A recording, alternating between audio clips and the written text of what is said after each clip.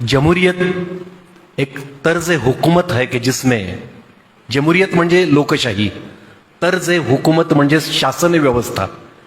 जमहूरियत एक तर्ज हुकूमत है कि जिसमें बंदों को गिना जाता है, तोला नहीं जाता। आपल्याकडे निवडणुकांमध्ये फक्त माणसं मोजली जातात मतांसाठी। माणसांना सामाजिक आर्थिक स्थितीच्या तराजूत किंवा त्यांची क्षमता, त्यांची कौशल्य, त्यांचं एकंदरीत संचित याच्या बळावर तोललं जात नाही, जोखलं जात नाही। आणि आपणही उमेदवार निवडताना त्याची बुद्धिमत्ता तपासत नाही, त्याची बौद्धिक पातळी तपासत नाही, त्याचं शिक्षण, त्याची एकंदरीत विचारधारा काही नाही। आपण फक्त त्याचा पक्ष, गट किंवा वैयक्तिक हितसंबंध बघून आपण मतदान करतो। तुकाराम महाराजांनी एक अभंग लिहिलाय, त्यातलं एक वचन आहे की आर्तभूतांप्रती उत्तम योजाव्या त्या शक्ती।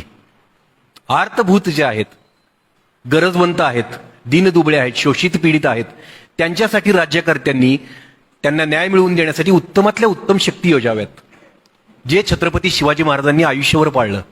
आणि आज त्याच छत्रपती शिवाजी महाराजांचं नाव घेऊन जे निवडून येतात, हे किती जण हे तत्व पाळतात?